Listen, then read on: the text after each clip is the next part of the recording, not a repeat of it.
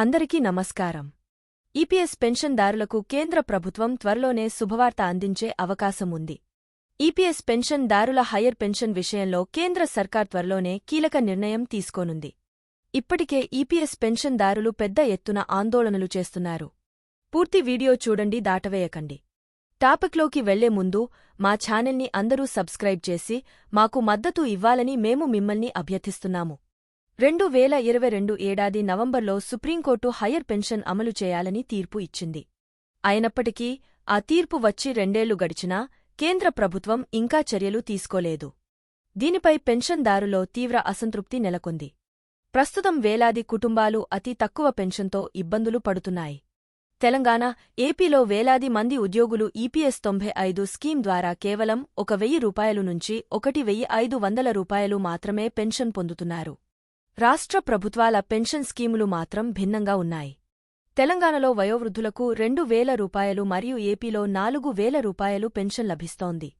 ఈ నేపథ్యంలో supreme court order ఉన్నప్పటికీ తమకు సామాజిక భద్రత వృద్ధాప్య పెన్షన్ల కంటే తక్కువ పెన్షన్ ఇవ్వడం ఏంటని పెన్షన్దారులు ప్రశ్నిస్తున్నారు. తెలుగు రాష్ట్రాల్లో ఆర్టీసీ, రాష్ట్ర ప్రభుత్వ కార్పొరేషన్ రిటైర్డ్ ఉద్యోగులు, కేంద్ర ప్రభుత్వ సంస్థల్లో రిటైర్ అయిన ఉద్యోగులు అతి తక్కువ పెన్షన్ కాలంతో నెగ్గుకువస్తున్నారు. దేశవ్యాప్తంగా 35 లక్షల మంది ఈపీఎస్ 95 స్కీమ్ పెన్షన్దారులకు కేవలం 1,000 రూపాయలు మాత్రమే పెన్షన్ లభిస్తోంది.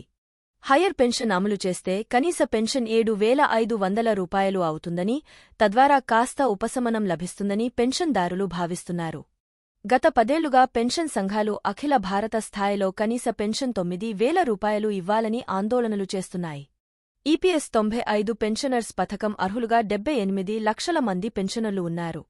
ఈపీఎస్ 95 పెన్షన్ సంఘం కేంద్ర ఆర్థిక మంత్రి నిర్మలా సీతారామన్ను కలిసి తమ డిమాండ్లను వివరించింది. సీతారామన్ ప్రభుత్వం సానుభూతితో వ్యవహరించి సమస్యకు పరిష్కారం చూపుతుందని హామీ ఇచ్చారు. ఈపీఎస్ 95 హయ్యర్ పెన్షన్పై ఇప్పటికే ఆప్షన్స్ అందుకున్నట్లు తెలుస్తోంది. దీనిపై త్వరలోనే కేంద్ర ప్రభుత్వం నిర్ణయం తీసుకునే అవకాశం ఉందని సమాచారం. ఈ నవీకరణలు పెన్షన్ సవరణ కోసం జరుగుతున్న పోరాటాన్ని హైలైట్ చేస్తాయి. ఈ పరిణామాల గురించి మీకు ఎలా అనిపిస్తుంది? దిగువ వ్యాఖ్యలలో మీ ఆలోచనలను పంచుకోండి. మీకు ఈ సమాచారం ఉపయోగకరంగా ఉంటే దయచేసి మరిన్ని అప్డేట్ల కోసం మా ఛానల్ని లైక్ చేయండి, షేర్ చేయండి మరియు సబ్స్క్రైబ్ చేయండి. ఈ వీడియో చూసినందుకు ధన్యవాదాలు.